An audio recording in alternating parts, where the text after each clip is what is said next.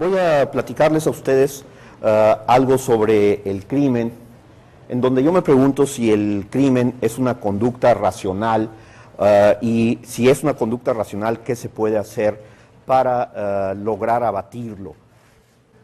Nuestros países, de América Latina, tienen un problema serio con la criminalidad.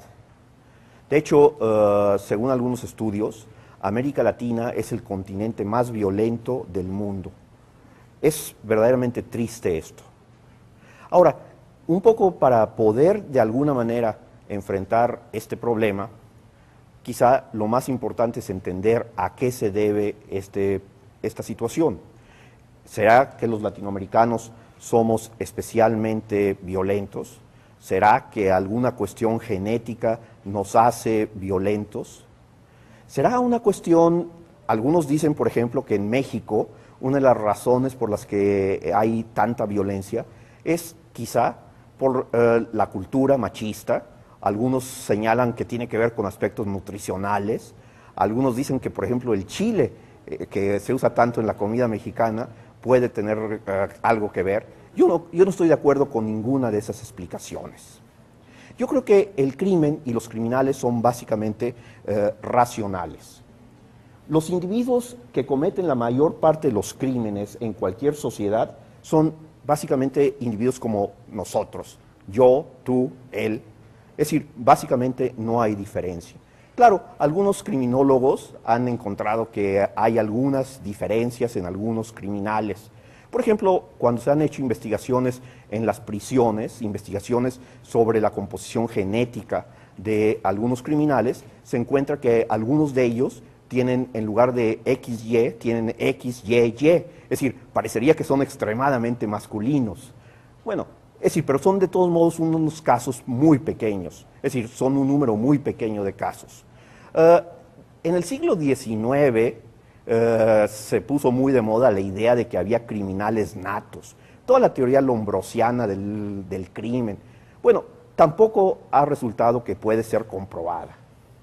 Yo diría que básicamente algo que decía mi abuela, es decir, en arca abierta el justo peca, yo creo que es algo muy cierto. Cualquiera de nosotros, dadas las condiciones adecuadas, nos podemos volver criminales. Es decir, y por otro lado, solo una pequeña parte de los criminales son enfermos, que también los hay. Pero ahí también habría que pensar este otro dicho de las abuelas: no hay loco que coma lumbre. Es decir, cuando le podemos poner algún tipo de incentivo negativo, los locos se portan bien. Es decir, la mayor parte de los criminales actúan racionalmente. La siguiente, por favor. Voy a comenzar con las conclusiones a las que quiero llegar. En la sociedad mexicana, y yo diría en la sociedad latinoamericana y en la sociedad guatemalteca, los criminales saben que el crimen sí paga. Me acuerdo de algún programa anterior, que había un programa de radio que decía, el que la hace la paga. Bueno, en nuestras sociedades no es cierto eso. Los incentivos existentes que en la actualidad premian la actividad criminal, es decir, la relación costo-beneficio es positiva. La verdadera causa de los altos índices de delincuencia en México es la impunidad. ¿A qué le llamo impunidad? Básicamente, los crímenes no se castigan. En promedio, solamente 1.06% de los delitos son castigados. Esto indica que la eficacia del sistema judicial penal es sumamente bajo en comparación con las de otros países. Voy a comenzar hablando, y básicamente me voy a referir al tema de la violencia. Es decir, pero esto podemos perfectamente hablar de los robos y de los otros delitos. Yo recuerdo que cuando en alguna ocasión, hace muchos años, estudiaba yo Derecho Penal, me decían mis maestros que básicamente el derecho penal trata de defender ciertos valores importantes de la sociedad. Creo que en la actualidad esto ha cambiado un poco y ahora se penalizan muchas cosas que no están realmente representando valores de la sociedad, pero vamos a decir que la violencia es una de esas cosas que a la sociedad no le conviene tener. Y entonces se penaliza la violencia. Es decir, se penaliza a esas conductas que hacen daño a la vida o a la integridad física de las personas. Por ejemplo, en el mundo se cometen alrededor de 520,000 homicidios anualmente. Aquí no voy a entrar en que si son homicidios voluntarios, culposos, dolosos, es decir, toda esa cuestión de derecho penal. Simplemente diré que se cometen 520,000 homicidios. Ahora, quiero aclarar, las cifras siempre las estoy redondeando, por un lado porque quizá, es decir, al hacer estas cosas, estas estimaciones, no se pueden comparar exactamente cifras de un país con otro, quizá porque las cifras algunas veces son 2 o 3 años atrás, es decir, no me crean mucho en las cifras. Las cifras simplemente van a indicar un cierto rango, una cierta medida, pero no me lo crean demasiado. La tasa promedio mundial de homicidios en el mundo, la tasa mundial promedio es de 8.67 por cada 100,000 habitantes. Esta es más o menos la medida que se utiliza, tantos homicidios por 100,000 habitantes. Es algo aceptado. Ahora, en América Latina, la tasa promedio es alrededor de 40, 5 veces arriba de la tasa mundial. Yo por eso les decía que América Latina es el continente más violento del mundo. Le sigue África. África es el segundo continente más violento del mundo. Ahora, en América Latina, por ejemplo, 60% de los homicidios se cometen con arma de fuego. Entonces, aquí hay un argumento en donde muchas personas dicen, bueno, el problema son las armas de fuego. En América Latina la gente está armada y por lo tanto cometen homicidios. Pero voy a ver que eso, o voy a tratar de mostrarles que eso no es completamente cierto. Por ejemplo, aquí estoy haciendo unas comparaciones entre los 3 países, México, Estados Unidos y Guatemala. No, en México hay alrededor de 47,000 homicidios al año, en los Estados Unidos hay 14,000, y aquí en Guatemala las cifras más, es decir, las cifras que he visto son más o menos de 6,900. Las tasas entonces, por ejemplo, en México es de 44 por cada 100,000, en Estados Unidos es de 4.98, 5 por cada 100,000, y en Guatemala es 56 por cada 100,000. Es decir, Guatemala tiene más homicidios que México, y México tiene 10 veces más homicidios que los Estados Unidos, por ejemplo, en proporción. La siguiente lámina. Ahora, vamos a ver las armas de fuego. En México se dice, es decir, una estimación muy burda, de 3,5 a 16,5 millones de armas de fuego. Esto significa que en México hay entre 33 y 157 armas de fuego por cada 1,000 habitantes. Es decir, casi 1 de cada 10 habitantes tiene un arma de fuego, por decirlo de alguna manera. Los Estados Unidos, por ejemplo, tienen entre 243 y 281 millones de armas de fuego. Es decir, prácticamente cada americano tiene un arma de fuego. Estoy hablando de 841 armas por cada 1,000 habitantes a 972 armas por cada 1,000 habitantes. Guatemala, la cifra también es muy amplia, la estimación.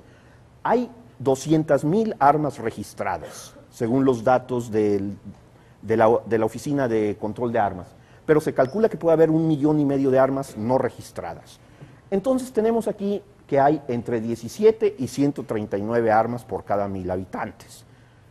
Es impresionante la cifra de Estados Unidos. Ahora, ¿podemos regresar a la anterior, por favor? Si vemos la tasa de homicidios en Estados Unidos es de 5 por cada 100,000, en Guatemala es de 56 por cada 100,000. La proporción de armas en Estados Unidos es 5 veces o 6 veces mayor que en Guatemala. Entonces, aparentemente ahí no hay una relación causal muy interesante. La siguiente, por favor. Entonces, se estima, por ejemplo, que en América Latina y el Caribe existen una cantidad entre 45 y 80 millones de armas de fuego en manos civiles. Es decir, tenemos una proporción de entre 103 y 170 armas de fuego por cada 1,000 habitantes en América Latina y el Caribe en promedio. Sin embargo, si vemos cuántos crímenes se cometen en relación con las armas de fuego, la América Latina y el Caribe es la más alta del mundo. Podemos decir que las armas de fuego en América Latina son las más letales del mundo. La siguiente, por favor. Por ejemplo, en Estados Unidos se dan entre 3.7 y 4.2 homicidios por arma de fuego por cada 100.000 armas que existen.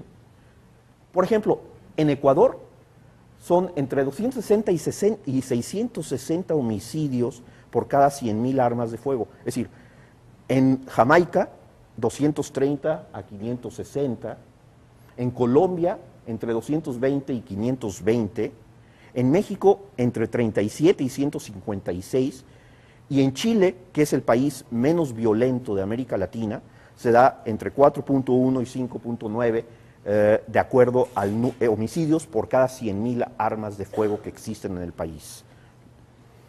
Es decir, la evidencia no parecería probar que el número de armas de fuego en una sociedad esté directamente relacionada con la violencia. Por ejemplo, Estados Unidos es la sociedad en que existe un mayor número de armas de fuego en manos de la población civil. La tasa de homicidios es 4.95, como habíamos dicho. Suiza e Israel, donde también prácticamente toda la población está armada, tiene tasas muy bajas. La de Suiza no llega al 1 por cada 100.000 habitantes. Es decir, entonces vamos a descartar el problema de las armas de fuego como la causa de la violencia en estos países. Bueno, ¿qué pasa con las policías? Podemos decir, y creo que ustedes estarían de acuerdo, en que el Estado tiene el monopolio de la violencia legítima.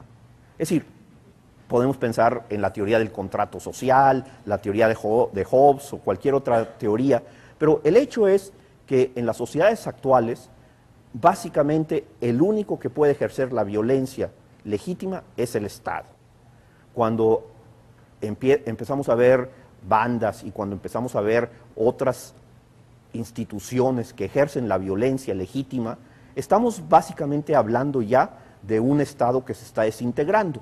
Es decir, porque básicamente el monopolio de la violencia es la facultad del Estado. Y la función básica del Estado es proveer seguridad pública.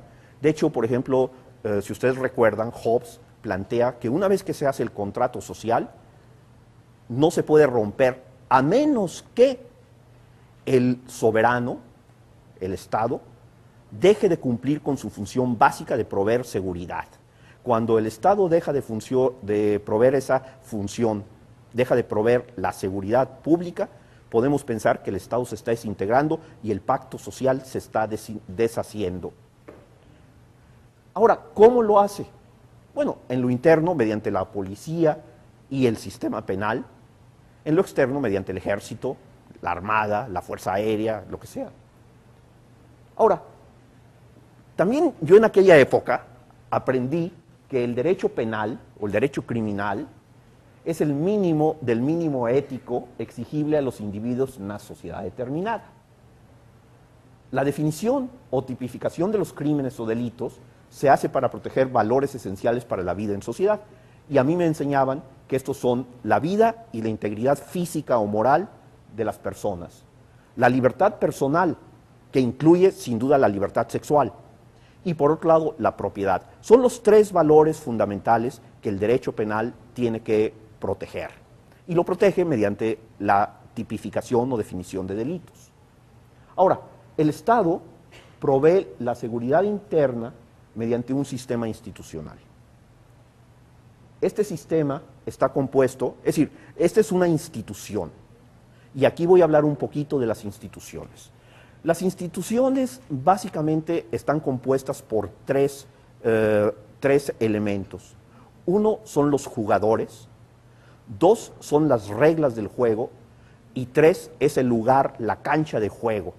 Estoy aplicando un poco la teoría de juegos, quizá, para definir lo que es una institución, pero toda institución tiene jugadores, reglas y un lugar donde se juega. Entonces, aquí podemos pensar que en este sistema o en esta institución que trata de proteger o de generar la seguridad. Tenemos como jugadores, obviamente los criminales, o la sociedad entera, pero tenemos a las policías, tenemos los ministerios públicos, fiscales, procuradores de justicia, dependiendo de cómo les llamemos en cada una de las legislaciones. Tenemos los tribunales, los jueces, los jurados. Tenemos los reclusorios, las cárceles, los centros de readaptación, penitenciarías, como les quieran llamar. Y tenemos las normas del derecho penal. Básicamente nos vamos a encontrar con que esta es la institución que de alguna manera quizá está fallando cuando está de alguna manera permitiendo que exista la violencia y el crimen en la proporción en que se está dando en nuestras sociedades. La siguiente. Por ejemplo, aquí comparando el número de policías. En México existen más o menos 350,000 empleados que se dedican a este sistema de justicia. Pero ahí nos encontramos con que básicamente alrededor de 100,000 se dedican específicamente a labores administrativas. El resto son los que andan en la calle, los policías. En México existen, por ejemplo, entre estos, vamos a decir, 249,000 policías, existen, por ejemplo, 5,000 miembros del ejército que están integrados a las policías. Pero en México existe, por ejemplo, una policía federal, existe una policía preventiva, existe una policía ministerial, es decir, existen toda una serie de policías diferentes. México es un sistema federal, entonces cada estado tiene sus propias policías. Es un sistema bastante complicado, pero en total hay alrededor de 250,000, 240,000, 49,000 policías, lo que nos da una proporción de 2.37 policías por cada 1,000 habitantes. En los Estados Unidos hay más o menos un poquito más de 1,000,000 de personas que trabajan en el sistema, pero de los cuales la tercera parte son los policías que andan en la calle. Y también es un sistema federal, entonces existen policías federales, existen delitos federales, existen policías locales, delitos locales, existen estatales, entonces también es un sistema bastante complicado. Pero la proporción de policías que andan en la calle cuidando que no se cometan delitos o atrapando a los delincuentes es de 2.25. México y Estados Unidos más o menos tienen la misma proporción. Ahora, Guatemala. La última cifra que yo tengo es 21,382. Es decir, 22,000 policías es lo que existe en Guatemala. Claro, me dicen que solamente como la cuarta parte, es decir, unos 5,000 andan en la calle. No sé, pero la cifra que yo tengo aquí es de 22,000 policías y la proporción que nos da es más o menos de 1.75. Es decir, hay menos policías por habitante aquí que en México o en Estados Unidos, pero no es tanta la diferencia, si ustedes pueden verlo. La siguiente. Ahora, ¿qué tan eficaces son los policías?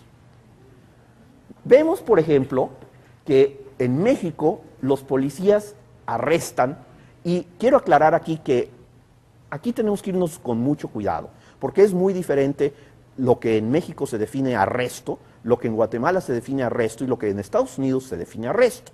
Pero si vemos aquí, en México son 150,000 arrestos al año, en los Estados Unidos son 15 millones, en Guatemala son alrededor de 18,000. ¿Qué significa esto? Nada más fíjense lo siguiente, en Estados Unidos un policía al año arresta a 23 personas, en México se requieren casi 2 policías para arrestar a una persona cada año. Y en Guatemala es un poquito más de un policía que se requiere para arrestar a una persona al año. Es decir, parecería que los policías americanos son casi 50 veces más eficaces que los policías mexicanos y 25 veces más eficaces que los policías guatemaltecos. La siguiente lámina. Ahora, aquí vemos otro aspecto, los fiscales, procuradores, gente que trabaja ya no en la calle, sino a lo mejor preparando los papeles para presentárselos al juez, las investigaciones que hacen, etcétera, etcétera.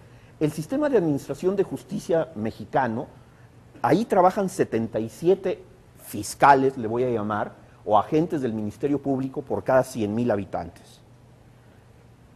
En los Estados Unidos la cifra apenas llega a 9, y en Inglaterra es de 4.3 y en Holanda de 2,5. Es decir, en México tenemos muchos más fiscales, es decir, gente que trabaja en el Ministerio Público, quizá como secretario, quizá también en los juzgados, pero básicamente nos encontramos con que hay una proporción muy grande de este tipo de individuos.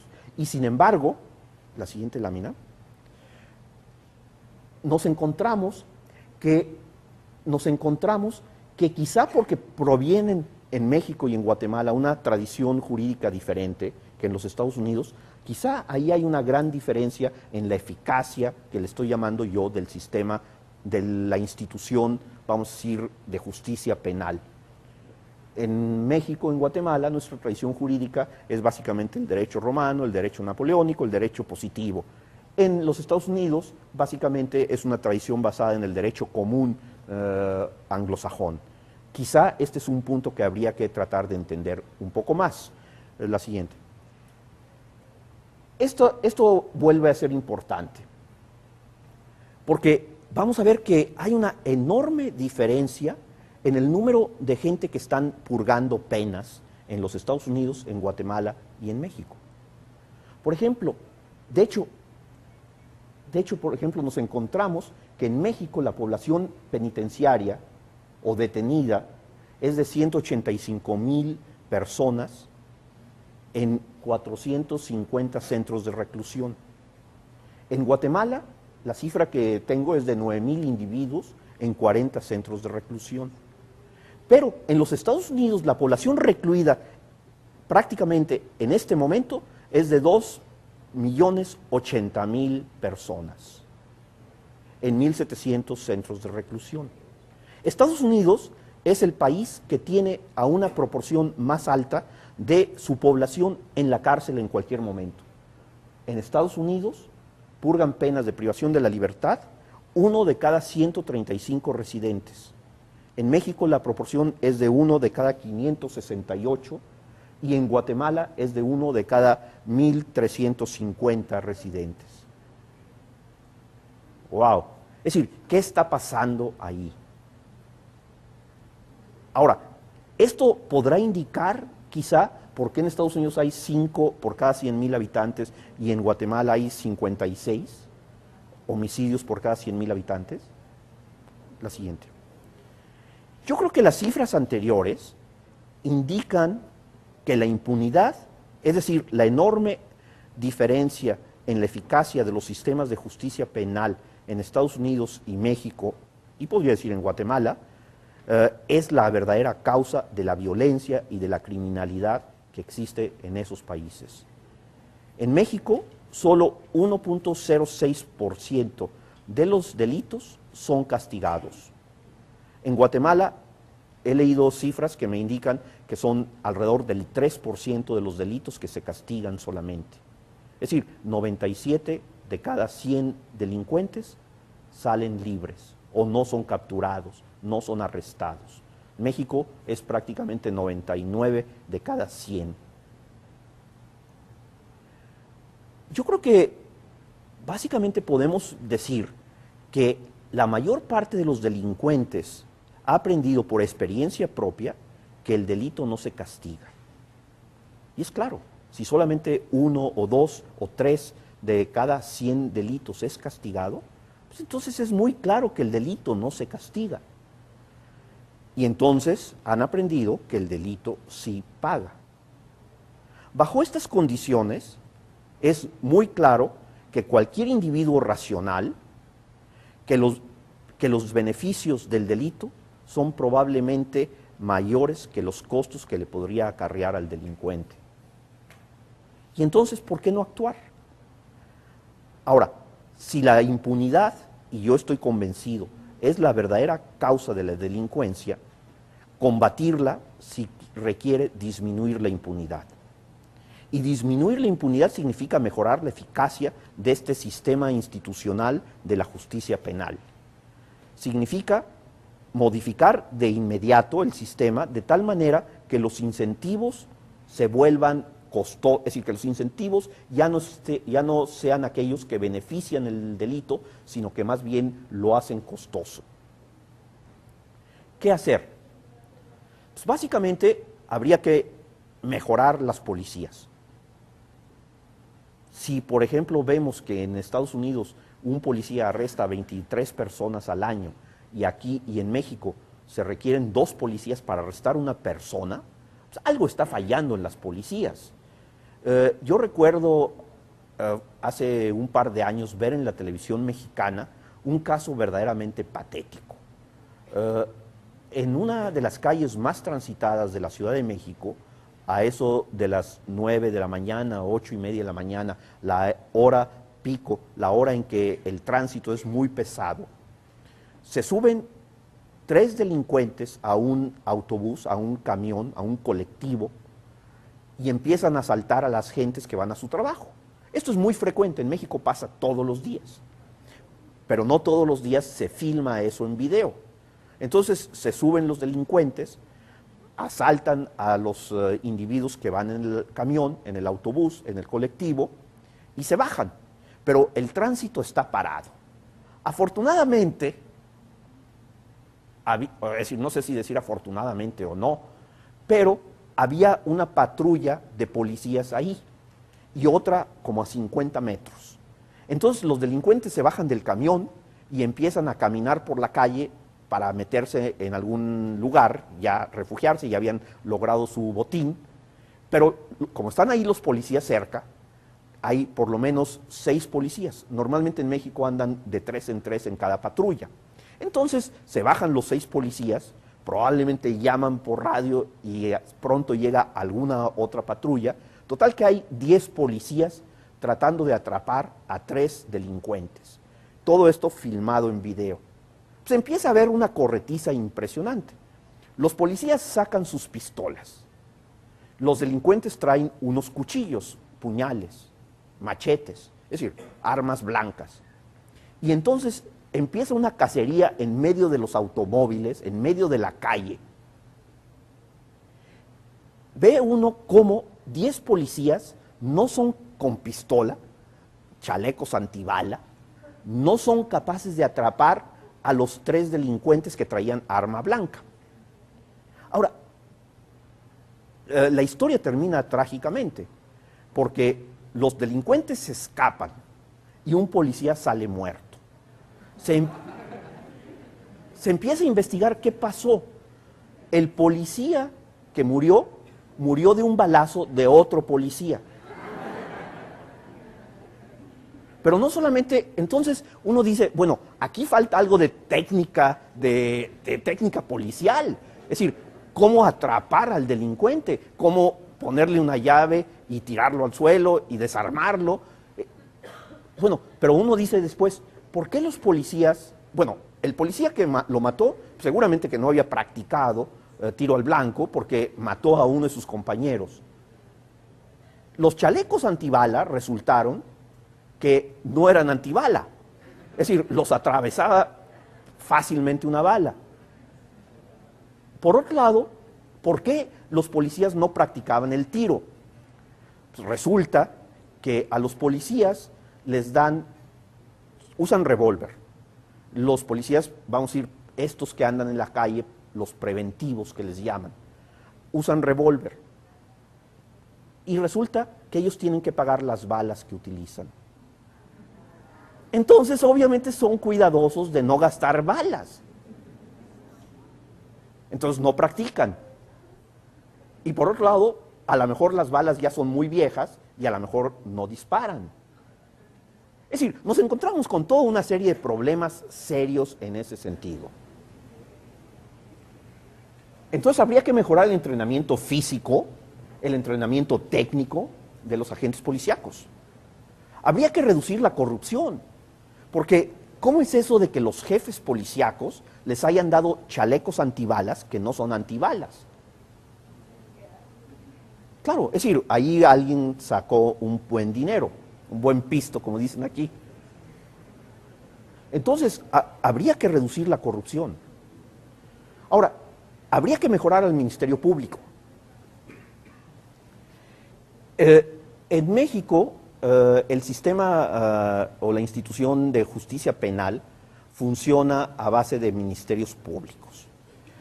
Los ministerios públicos se supone, es decir, están las policías preventivas, las policías judiciales, después están los agentes del Ministerio Público. El Ministerio Público es una institución que es la que tiene lo que le llaman el monopolio de la acción penal.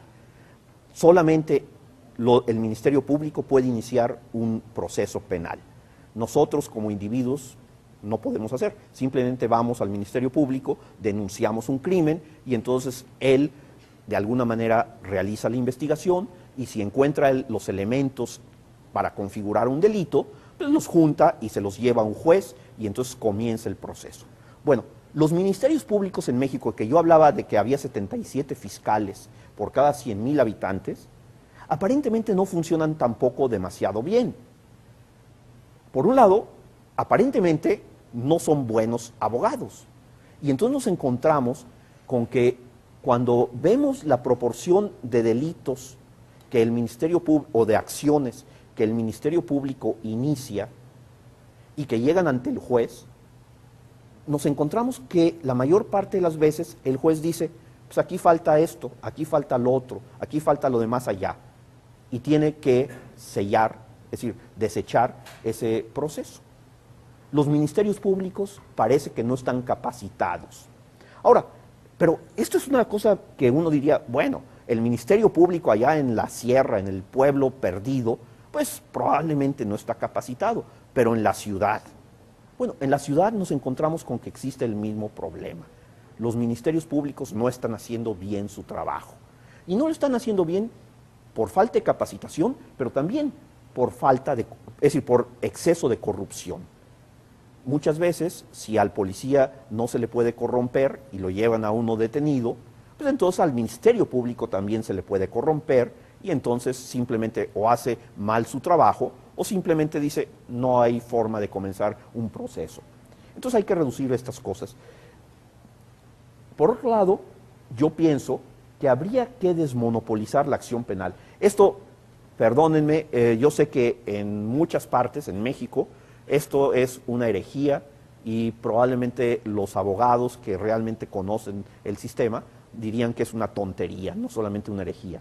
Pero a mí me parece que quizá habría que desmonopolizar la acción penal y de alguna manera quizá implantar esa institución que en los Estados Unidos funciona, que es el gran jurado. En fin, no me hagan mucho caso porque no soy muy, es decir, no quiero aquí comenzar una polémica. La siguiente. Ahora, habría que capacitar también a los jueces, pero creo que, por ejemplo, habría que modificar los procedimientos penales.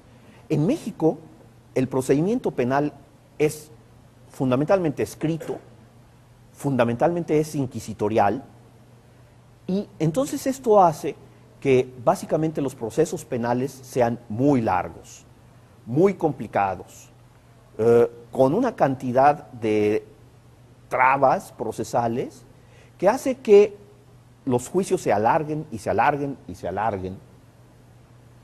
Y por otro lado, nos encontramos con cosas como lo siguiente. Prácticamente el juez nunca ve ni a la víctima ni al acusado. El juez trabaja sobre los papeles que le pasa el secretario. El secretario del juzgado es el que de alguna manera toma las declaraciones, recibe las pruebas, etcétera, etcétera, etcétera. Y entonces el juez básicamente en su gabinete, a partir del expediente, decide la causa. Yo creo que habría que modificar algo de eso, sobre todo para agilizar el procedimiento. Se dice que una justicia lenta, una justicia que se tarda, no es justicia. Y yo creo que en el caso del derecho penal es fundamental que sea ágil, que sea rápida, que se vea que una vez que se comete el delito, viene el castigo relativamente pronto. No se trata de disminuir las garantías procesales, no se trata de hacer que vayan a la cárcel gente que no ha cometido delito, etcétera, pero sí agilizar el proceso. En este sentido yo planteaba la institución, es decir, planteaba quizá la conveniencia de establecer el juicio por jurado. En México existe la institución, pero muy rara vez se utiliza. muy rara vez se utiliza. Y quizá también habría que pensar en el caso de modificar lo que es el propósito de la reclusión. En México, desde los años 30, se ha planteado que la reclusión es básicamente para rehabilitar al delincuente. Y sí está muy bien que se rehabiliten los delincuentes. Pero si vemos, por ejemplo, en México, yo decía, hay alrededor de 180,000 presos, es decir, gente purgando condenas de privación de la libertad. Pero se encuentran en 450, 448 lugares que están sobrepoblados. De hecho, la capacidad de los 448 reclusorios que existen en el país era alrededor de 130,000 y tiene 180,000, o sea que tenemos una sobrepoblación de 50,000 en el caso de México. Entonces, con esa sobrepoblación, pues es difícil pensar en la rehabilitación. Y yo creo que en cierta forma, quizá habría que pensar de una manera quizá más pragmática. Es decir, a la gente se le mete a la cárcel para evitar que causen más daño y para evitar que, y de alguna manera, para separarlos de la sociedad a la que en un momento dado ofendieron. Porque, es decir, otra vez, esta es una idea controversial, que no me hagan demasiado caso, pero creo que es importante pensar en que el objetivo de el propósito de meter a la gente a la cárcel es evitar que cometan más crímenes, no tanto rehabilitarlos. Y por otro lado, habría que reformar el sistema penitenciario. Yo decía, en México existe una sobrepoblación de alrededor de 50,000 presos, lo que hace que las condiciones sean muy, muy malas. Y por otro lado, nos encontramos con que adentro de las cárceles existe la misma incapacidad física y técnica de los guardianes, la misma corrupción, si no es que peor, que afuera. Entonces, es toda una serie de cosas muy importantes que había que reformar. Unas ideas finales. Al mejorar la eficacia del sistema de justicia penal y reducir la impunidad delincuencial, el número de delitos se reducirá considerablemente. Es decir, estamos cambiando esa relación costo-beneficio. Yo creo que, por ejemplo, es decir, ¿cómo pensaría, digamos, un delincuente? En México, por ejemplo, ahorita se habla de que hay alrededor de 3,000 secuestros al año. El secuestro es una de esas experiencias más espantosas que uno puede vivir. Es decir, lo privan a uno de su libertad y de una manera ilegítima. Por otro lado, lo tienen a uno que no sabe qué va a pasar. La familia está aterrorizada. Y claro, es un negocio. En México México es ahorita el segundo o el tercer país del mundo donde existen más secuestros. Bueno, vamos a pensar en un delincuente que se dedica como negocio a secuestrar. Porque, por ejemplo, el homicidio es uno de esos delitos en donde uno puede decir, no, fue la pasión. Es decir, la esposa lo engañó y entonces el marido ofendido va y mata al amante de la esposa. Bueno, eso se puede entender.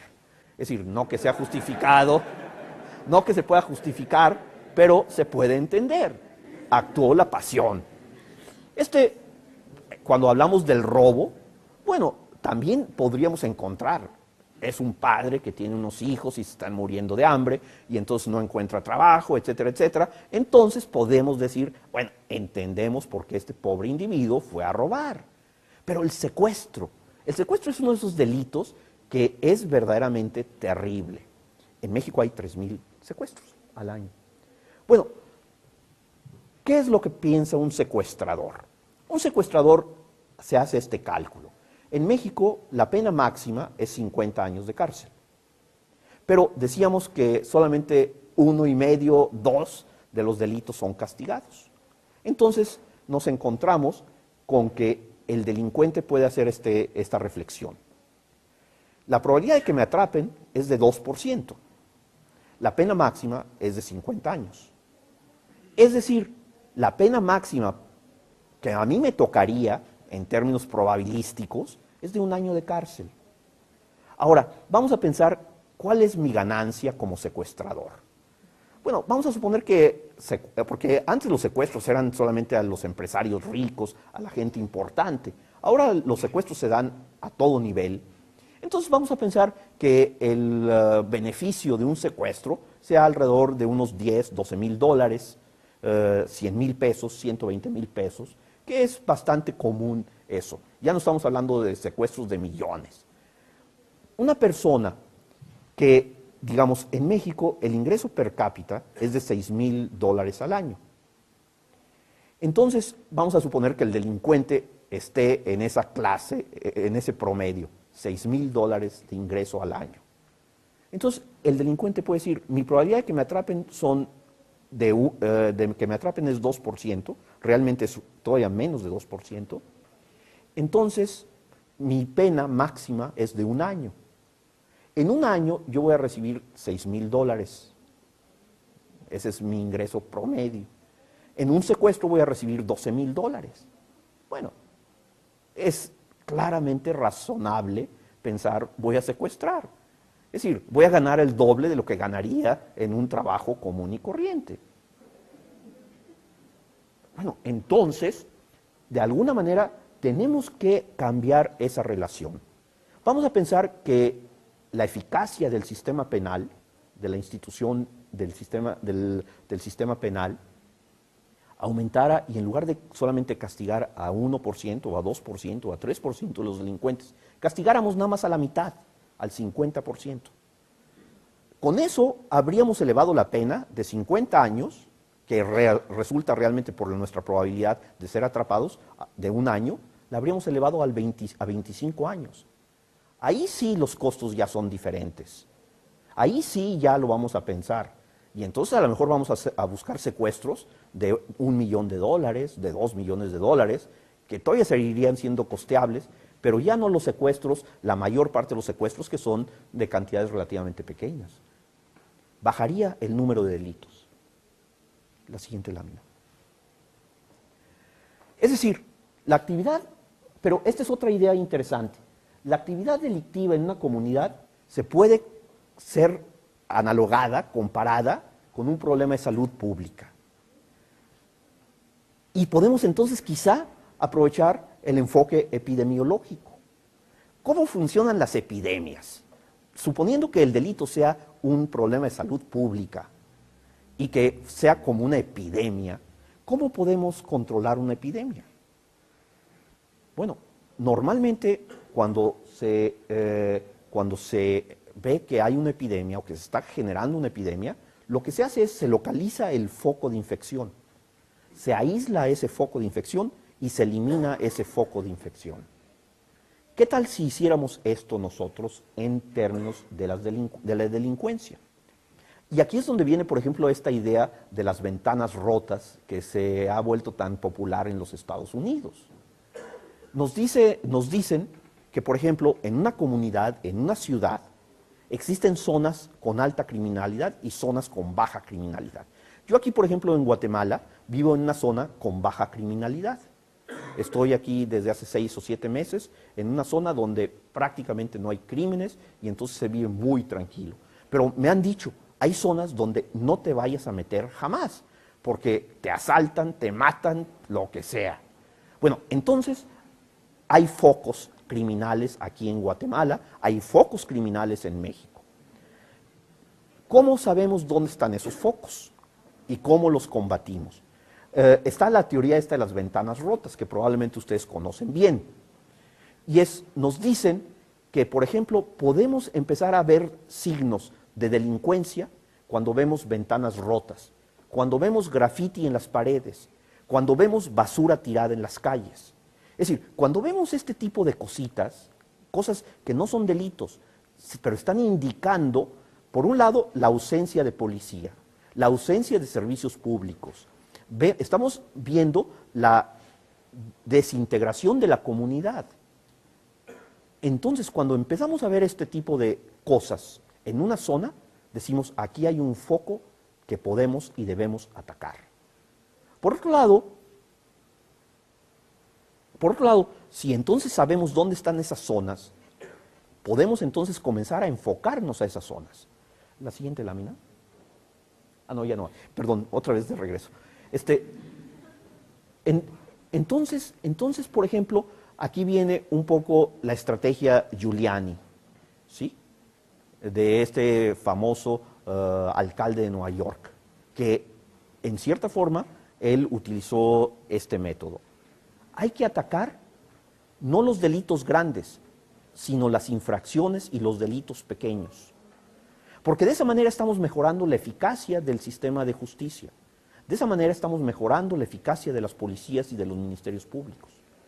Y entonces, es decir, el hecho de que la gente ande en la calle bebiendo, no sé si aquí sea una falta administrativa, una infracción o sea un delito, pero, por ejemplo, el hecho de ver y de alguna manera responder ante la situación de una persona o de varias personas bebiendo en la calle, si es que esto no se permite, inmediatamente interviene la policía, inmediatamente se ve la presencia de la policía, y entonces los crímenes más graves, los crímenes, los delitos, probablemente no van a cometerse por esa presencia policíaca. Y si empezamos así con las cosas fáciles, en lugar de atacar directamente al secuestro, atacar directamente el narcotráfico, atacar directamente a lo que son el crimen organizado, si empezamos a atacar las pequeñas faltas, las infracciones, y empezamos a generar confianza de la comunidad hacia las policías, hacia la institución de la justicia penal, etcétera, vamos a lograr empezar a erradicar el crimen, vamos a empezar a bajar los beneficios del crimen, aumentar los costos del crimen y vamos a empezar a resolver este problema nuestro. Muchas gracias.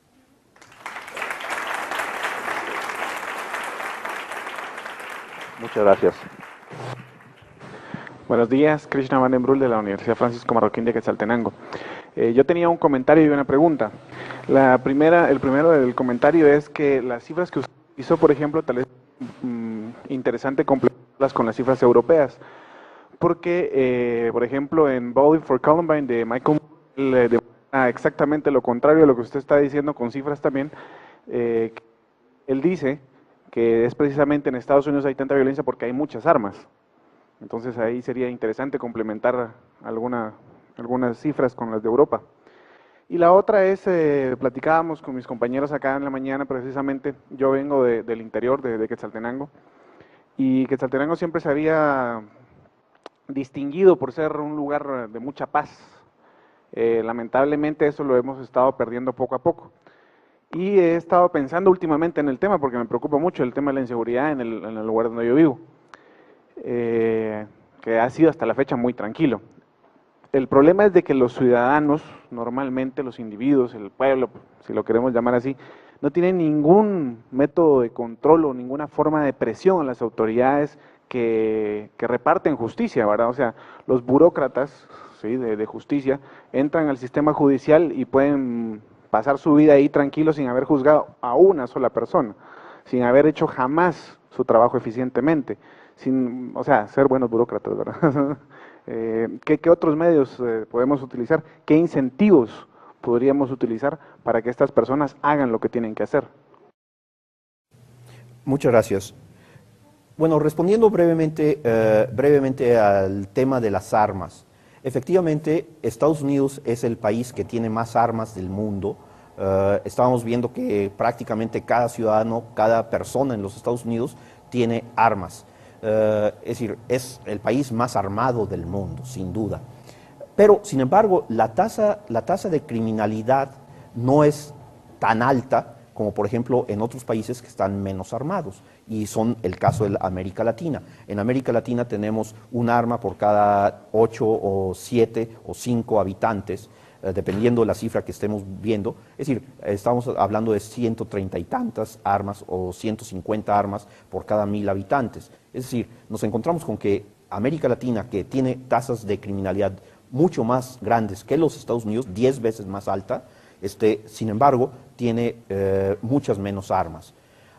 Es cierto, por un lado, las armas facilitan la comisión de delitos. Es decir, es más fácil matar con una pistola que matar con un cuchillo o matar con las manos. Sí es cierto eso. Y si comparamos las tasas de criminalidad de Europa, sí vamos a ver que son mucho más bajas que las de Estados Unidos. Por ejemplo, la tasa de homicidios por cada 100.000 habitantes en Alemania es de alrededor de 0.3, es decir, no llega al 1%. Y en los países que, digamos, algunos países de Europa que tienen tasas altas, son tasas de 1 o 2 por cada 100.000 habitantes. Es decir, sí es cierto, en Estados Unidos hay muchos más homicidios que en Europa. Pero quizá en parte sea por la facilidad de adquirir armas en los Estados Unidos, eso podría ser. Pero, pero no es, yo creo, el elemento que es fundamental, sino yo creo que hay otros elementos también. No, yo no quisiera entrar a esta discusión de las armas, pero es cierto, las tasas de homicidios en Europa, vamos a ir occidental por lo menos, son mucho menores que las de Estados Unidos. Estados Unidos, de los países avanzados, de los países desarrollados, es probablemente el más violento, sin duda alguna. Pero comparado con América Latina, comparado con África, que tienen menos armas por habitante, Estados Unidos es una isla de paz. Entonces, las armas no es el factor fundamental. Puede contribuir, sin duda, a los homicidios, a los robos, al crimen organizado, sin duda, pero no es el factor fundamental. Por otro lado, yo estaba proponiendo, cuando decía qué hacer, estaba diciendo, por ejemplo, quitarle el monopolio de la acción penal al Ministerio Público. Y entonces yo planteaba, por ejemplo, la idea del gran jurado, en donde básicamente es la comunidad la que decide si se ejerce o no la acción penal sobre, es decir, en un caso determinado. Por otro lado, podemos pensar en mecanismos, vamos a decir, electorales dentro del sistema judicial. En Texas, que es donde yo vivo, la mitad de los jueces son nombrados y la otra mitad de los jueces son electos. Al tener jueces electos, tiene problemas, porque de alguna manera se eligen cada cierto periodo de tiempo y por otro lado pueden estar sujetos a presiones políticas. Pero reflejan sin duda mucho más claramente la voluntad y los deseos de la comunidad. Y en ese sentido sería una forma de, la palabra que ahora se usa mucho, que a mí me choca, pero que la voy a usar, es empoderar a la sociedad en el sistema penal. Es decir, permitirle intervenir en el sistema de justicia penal. Es decir, hay distintas soluciones. Por otro lado, el sistema de jurados, de juicio por jurado, también es una forma en donde a la comunidad se le da participación. Y entonces, en este sentido, sería importante. Pero quizá más importante todavía es establecer esta confianza entre las autoridades y la comunidad, entre las policías y la autoridad. Y esto creo que la única forma de hacerlo es que las policías cumplan realmente con su trabajo, es decir, que mejore su eficacia, que baje la corrupción. Y esto entonces va a hacer que sea mucho más fácil la relación policía-comunidad que en la forma en que normalmente la tenemos. Por ejemplo, en México, hace muchos años, supongo que aquí también, existían lo que llamaban policías de barrio, policías de manzana, donde prácticamente un policía hacía toda su carrera en una zona y conocía a las personas que vivían en esa zona de una manera personal, platicaban, eran miembros de la misma comunidad. Y entonces había una cierta confianza. Y no solamente había confianza, sino que además podía ejercerse la presión social sobre ese policía.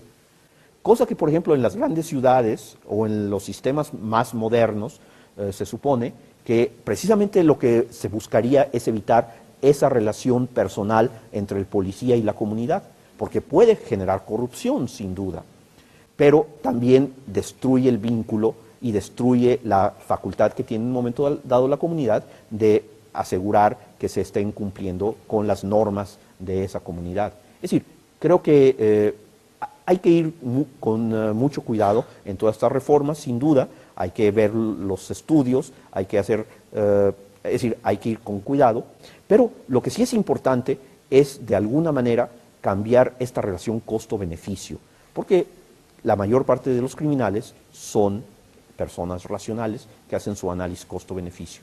Quizá no explícitamente como lo estamos haciendo, pero de una manera intuitiva lo hacemos.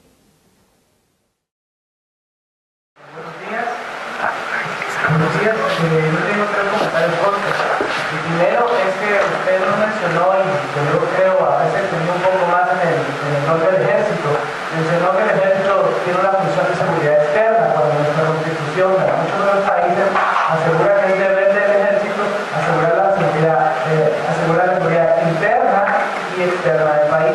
Yo creo que teniendo un sistema tan corrupto e impune como el que existe en la policía civil que tenemos en Guatemala, el uso del ejército es quizá la mejor arma que nos ha aplicado en el actual.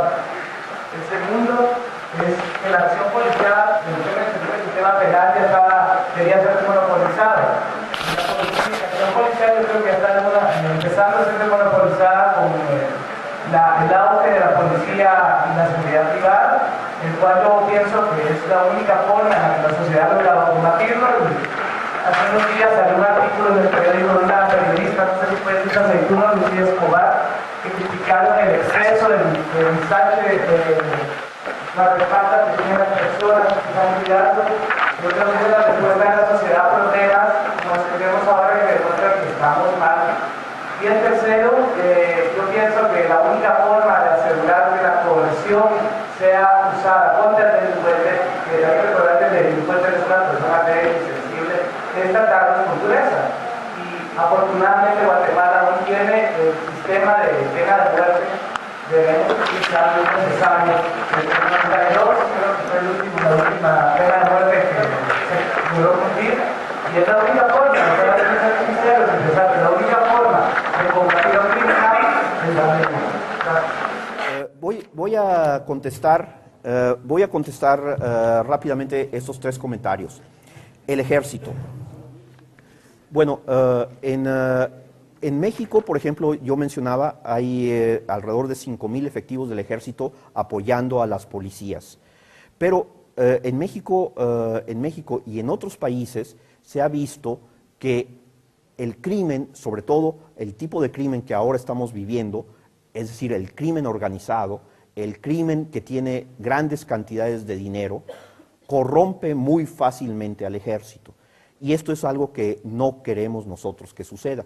De hecho, en México, por ejemplo, se ha utilizado al ejército para combatir al narcotráfico. Y tenemos experiencias muy tristes en ese sentido. En el combate al narcotráfico, que un poco por ser crimen organizado, porque tienen grandes cantidades de dinero, porque tienen un armamento muy bueno, superior a las policías, se ha visto que han sido capaces de corromper e infiltrar al ejército. Y esto es una situación muy peligrosa para, digamos, el Estado. Porque al final de cuentas el ejército es la institución que se supone que debe proteger a las instituciones, según lo dijo una vez un general en una reunión que tuvimos.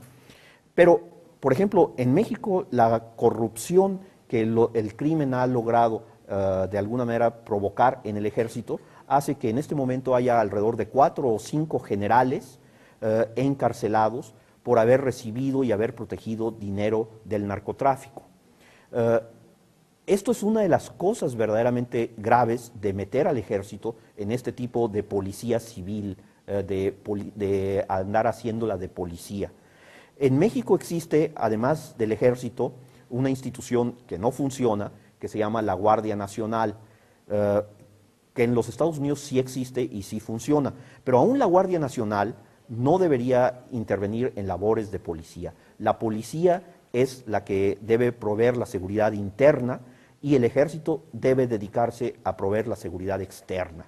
Es decir, podemos quizá, es decir, a lo mejor la Constitución de Guatemala lo plantea de una manera diferente, pero a mí me parecería que lo correcto es que la policía se dedique a las labores internas de seguridad y el ejército a las labores externas. Lo siento mucho. Desmonopolizar la policía o desmonopolizar, yo hablé de desmonopolizar la acción penal, no tanto la policía. Por otro lado, yo estaría muy de acuerdo en que quizá es conveniente de alguna manera buscar mecanismos mejores para que la policía funcione. Y en algunos casos, por ejemplo, aquí lo vemos en Guatemala, hay 22,000 policías, digamos de la Policía Nacional, pero se dice que hay alrededor de 100,000 personas que hacen de policías privados. Bueno, habría que plantear si la policía privada funciona mejor o peor que la policía pública. Entonces, este sería otro tema. ¿Hasta qué punto estas instituciones, por ejemplo, las policías, las cárceles, deban ser monopolio del Estado o puedan ser privatizadas en alguna forma?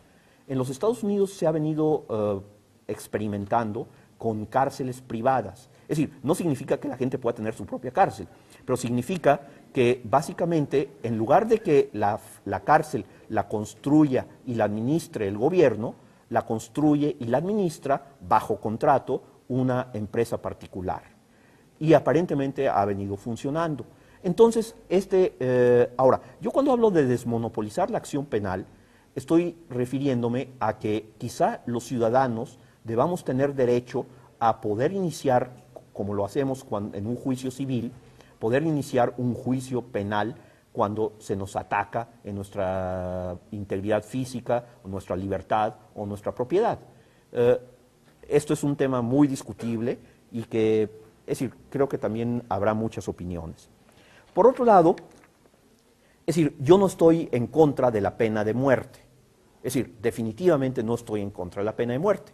Pero lo que sí creo es que de nada sirve la pena de muerte si no se aplica. Y entonces esto tiene que ver con la falta de eficacia del sistema penal. Es decir, no importa que tengamos pena de muerte o penas de 100 años o penas como en Estados Unidos hay de 2.300 vidas. Es decir, no importa.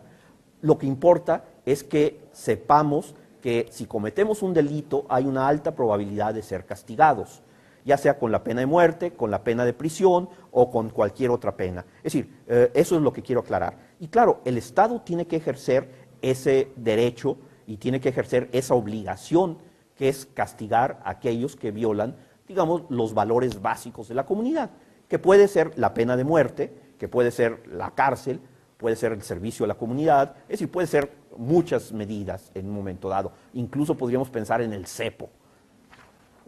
Gracias. Creo que debe incluirse otras cuestiones, como cuestiones extrajudiciales y extrapoliciales, como lo son que los jueces o los fiscales se dejan corromper o ya son corruptos de por sí.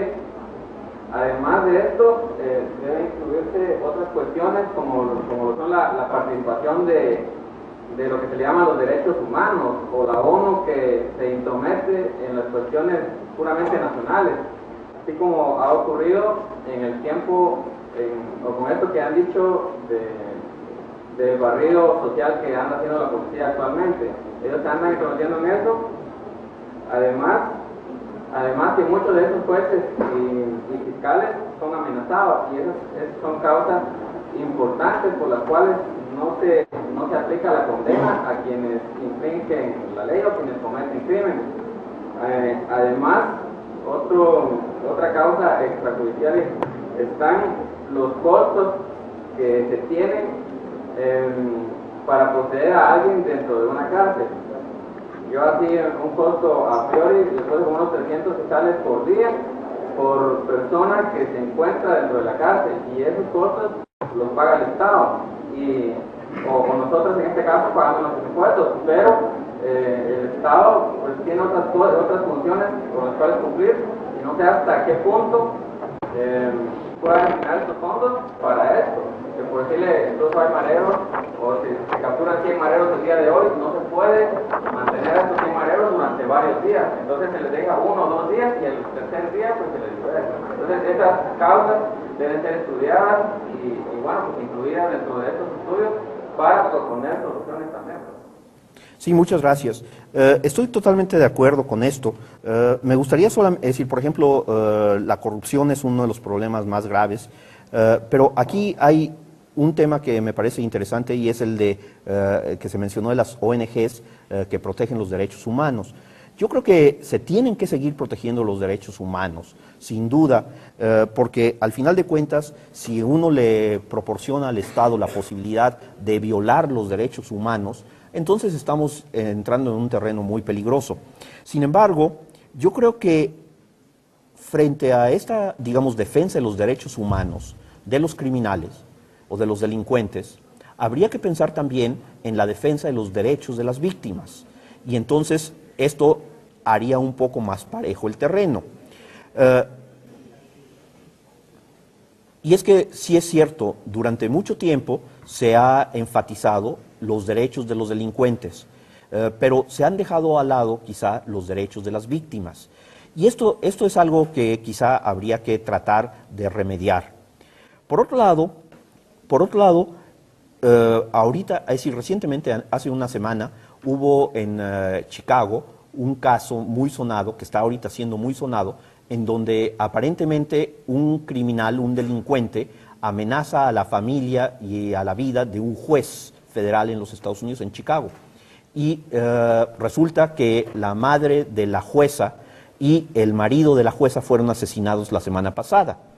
Bueno, esto se refiere a la protección que hay a los jueces. Es decir, los jueces tienen que estar protegidos porque su trabajo es muy peligroso. Su trabajo es enfrentar y castigar a los criminales. Entonces, si los jueces no tienen protección, obviamente los jueces no van a poder sentirse a gusto castigando a los criminales, porque saben que va a venir una venganza posteriormente y no tienen cómo defenderse. Entonces, este es un tema muy importante donde el Estado debe ejercer toda su fuerza, todo su poder para asegurar la protección a los jueces y a las personas que están trabajando en el sistema de justicia penal, porque de otra manera simplemente van a estar atemorizados, amenazados y entonces no van a hacer las cosas correctamente. Eso es una cosa indispensable y creo que es muy importante que lo haya mencionado usted. Gracias. Me pareció que era muy acertado su punto en cuanto a costo-oportunidad en relación con la cantidad de violencia. Sin embargo, en cuanto a lo que mencionó del sistema de jurados, yo creo que no me apresuraría tanto a decir que es una solución, sobre todo en países como los nuestros. Tenemos que recordar que en el sistema de jurados, las personas que van a emitir el veredicto son personas que realmente no conocen de derecho ni sobre el manejo de la prueba. Entonces, es un grupo de personas impresionales que están sujetos su veredicto a lo que las dos partes que están presentes, los dos abogados, les vayan a mencionar. Y si, como usted indicó muy correctamente, los fiscales, sobre todo en nuestros países, son tan poco capacitados y los criminales usualmente tienen acceso a un representante privado que va a tener mucho más capacidad, entonces la prueba que se le va a presentar a este grupo de jurados usualmente va a ser mucho más convincente por parte de la persona que tiene el litigante privado que el lado de la fiscalía. Entonces eso nos llevaría a que se daría aún más corrupción y aún más impunidad que si se diera un sistema en el que el juez es quien decide. Bueno, ese es un argumento que se ha usado y creo que en cierta forma es razonable pensar de esa manera. Sin embargo, yo creo que, es decir, y sobre todo ese tipo de problemas, yo estoy seguro que se presentaría cuando estamos hablando del crimen organizado. Pero la mayor parte de los delitos no los comete el crimen organizado, sino los cometen gente común y corriente. Y esa gente común y corriente no es esa gente que va a poder tener un abogado de primera clase. Entonces, y por otro lado, el crimen, es decir, el jurado, por definición, debe ser parte de la comunidad donde se ejerció, donde se cometió el delito. Es decir, es gente que sabe que si van a, digamos, a soltar a un delincuente, a una persona que es delincuente, probablemente a ellos los van a convertir en víctimas en el futuro. Entonces, es decir, yo no estoy abogando por el sistema de jurados, simplemente es una alternativa que quizá podría funcionar, y que podría quizá darle poder a la comunidad para enfrentar el delito. Es decir, en esto yo creo que hay muchísimas cosas que hay que tratar de estudiar, tratar de ver qué es lo más conveniente, porque al final de cuentas no hay recetas, Hay que decir, queremos disminuir, es decir, tener muy claro nuestro propósito, disminuir la violencia, disminuir la criminalidad. Si mi análisis, mi diagnóstico es correcto, es modificar el sistema de incentivos, y si es así, entonces buscar distintas soluciones que puedan ser más o menos aceptables en un momento dado. Es decir, yo no me caso con ninguna de las soluciones que presenté, simplemente son ideas. Gracias. Doctor Luna, se ha mencionado aquí, hemos hablado de corrupción, hemos hablado de mejorar el sistema penitenciario, el sistema legal, etc. ¿No cree usted también que una de las cosas fundamentales o que contribuyen a esa falta de eficacia, a esa corrupción, es la falta de ponerle atención al tema de la educación y la formación de las personas. Es decir, atacar todo eso desde la raíz y darle al individuo las condiciones para que en vez de sentarse a hacer ese análisis costo-beneficio como platicábamos, de lo fácil que va a resultar, poder analizar sus oportunidades que tiene a raíz de la oportunidad que le prestó ya el gobierno al proporcionarle esa educación. Bueno, el tema de la educación sin duda es importante, pero yo creo que es decir, a pesar de que yo me dedico, estoy en este año dedicándome a dar clases en la universidad, yo siento que el tema de la educación es relativamente secundario en muchas de estas cosas. Yo creo que, es decir, mi enfoque, como por ejemplo platicaba ayer en la mesa redonda, mi enfoque es lo que le llaman neoinstitucional. Para mí lo importante son cuáles son las instituciones y cuáles son los incentivos que en un momento dado proveen esas instituciones. Ahora, estoy seguro que una sociedad educada es una sociedad quizá que es más productiva, quizá es una sociedad que de alguna manera más respetuosa, pero ni siquiera estoy seguro de que la educación sea el factor fundamental en ese tipo de conductas. Yo creo que tiene que ver mucho más con qué instituciones y qué incentivos de qué incentivos estamos hablando. A mí me parece que obviamente la pobreza es uno de los factores que tiene que ver con la criminalidad, pero sin embargo no es la pobreza, digamos, el factor. Me parece que la educación es uno de los factores que tiene que ver con la criminalidad, pero no es la educación el factor. Me parece que, por ejemplo, la edad es quizá un factor más importante que la pobreza o la educación. ¿Por qué? La edad y el sexo o el género. Realmente la mayor parte de los delitos, sobre todo los delitos violentos, los cometen muchachos de 15 a 25 años. Es decir, ahí parecería que hay una relación causal mucho más cercana que el nivel de educación o el nivel de pobreza o riqueza.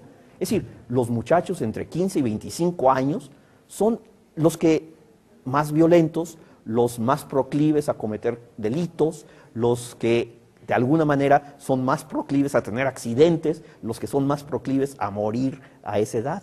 Es decir, entonces yo diría, entonces ¿qué hacemos? ¿Eliminamos a los jóvenes de 15 a 25 años? No. ¿Los hacemos viejitos? Sí, se van a volver viejos con el tiempo. Pero a lo que voy es, todo este problema de los delitos, obviamente de la justicia, de la violencia, son problemas multicausales. Y entonces hay que atacarlos de muchas formas. Pero yo creo que, digamos, si empezamos a atacar de una manera periférica, por ejemplo, para mí la educación es periférico al problema, si atacamos y pensamos que con la educación vamos a lograr bajar los delitos, no lo vamos a bajar. Si pensamos que simplemente es darle dinero a la gente, tampoco lo vamos a bajar. Es decir, sino que hay básicamente, y por eso a mí me interesa y me he dedicado a este enfoque neoinstitucional, es tratar de analizar los incentivos que cada uno de nosotros tenemos en cada una de nuestras situaciones o de cada una de las sociedades, y entonces de esa manera yo creo que podemos cambiar nuestras conductas más rápidamente. Por ejemplo, es decir, y esto no es una cosa nueva, es decir, quizá es nuevo el que sistemáticamente estemos estudiando esto, pero no es nuevo. Por ejemplo, en los hospitales pueblos de Santa Fe, que estableció Vasco de Quiroga, basado en las ideas de utopía de Tomás Moro. Estoy hablando del siglo XVI, 1500. Tomás Moro escribe su utopía y luego aquí en América, Vasco de Quiroga implanta las ideas de utopía en una serie de comunidades que les llamó Hospitales Pueblos de Santa Fe, y en México esos Hospitales Pueblos de Santa Fe lograron sobrevivir hasta 1857, es decir, duraron poco más de 300 años. Bueno, Vasco de Quiroga y Tomás Moro tenían muy claro la idea de los incentivos. Por ejemplo, el dinero de la comunidad se guardaba en un cofre, pero el cofre tenía 3 llaves. ¿Por qué? Bueno, porque sabía que si era una sola llave, el que tenía la llave se iba a llevar la lana, se iba a llevar el pisto. Si tenía 2 llaves, era relativamente fácil que se pusieran de acuerdo para llevarse el pisto. Pero ya con 3 era más difícil. Entonces, tenía muy claro que lo que había que hacer era establecer un régimen de incentivos donde fuera más difícil ponerse de acuerdo. En los colegios de muchachos, yo estudié en una escuela militar hace ya muchos años cuando estaba en la preparatoria, en el bachillerato. En los colegios, tanto militares como de curas, por lo menos cuando yo estaba estudiando, ¿sí? Y yo estaba de interno, es decir, vivía y dormía y estudiaba en la escuela, ¿sí? Las habitaciones siempre eran de 3 o de 5 muchachos, nunca eran de 2 o de 4. ¿Por qué? Bueno, es muy obvio. Si son 2 o 4, son una parejita o 2 parejitas y puede haber cosas inconvenientes. Mientras que si son 3 o 5 o 7, ya no hay parejitas. Entonces, otra vez, es la cuestión de incentivos. Es la cuestión de establecer un marco donde nos obligan a portarnos bien aunque no queramos. Es decir, y ese es el chiste. Creo que, por ejemplo, cuando pensamos en la Constitución de los Estados Unidos, la Constitución del 787, nos damos cuenta de que la idea que tenían los constituyentes atrás, lo que ellos pensaban, su filosofía política, era: los hombres son malos por naturaleza. Los gobernantes se corrompen al tener poder. Entonces vamos a buscar la forma de que no puedan ser malos, de que no se puedan corromper. Y entonces empiezan a organizar el sistema de pesos y contrapesos. Clinton, Nixon, cualquier presidente de los Estados Unidos es tan bueno o tan malo como cualquier presidente de México o de Guatemala. Pero la diferencia es que en los Estados Unidos existe una serie de mecanismos que los obligan a ser relativamente menos malos. Es decir, no es que sean buenos, son igualitos que los nuestros. La diferencia es que allá existen mecanismos que los obligan a tratar de no ser tan malos. Calígula o Nerón hubieran sido perfectamente buenos presidentes en los Estados Unidos, pero en Roma fueron monstruos. Stalin, si lo hubiéramos puesto y en lugar de llamarse Joseph Vissarionovich, se hubiera llamado John Smith y hubiera sido presidente de los Estados Unidos, no hubiera sido un dictador ni hubiera sido un criminal. Es decir, tenemos que pensar en que todos nosotros tenemos la capacidad de ser o un San Francisco o un Stalin. La diferencia es dónde estamos y cuáles son nuestros límites. Y la educación sí es importante, y la edad es importante, y la cultura, etc. Pero más importantes son estos límites institucionales, estos incentivos institucionales que hacen que sea más conveniente para mí dar clases que andar secuestrando gente. Gracias.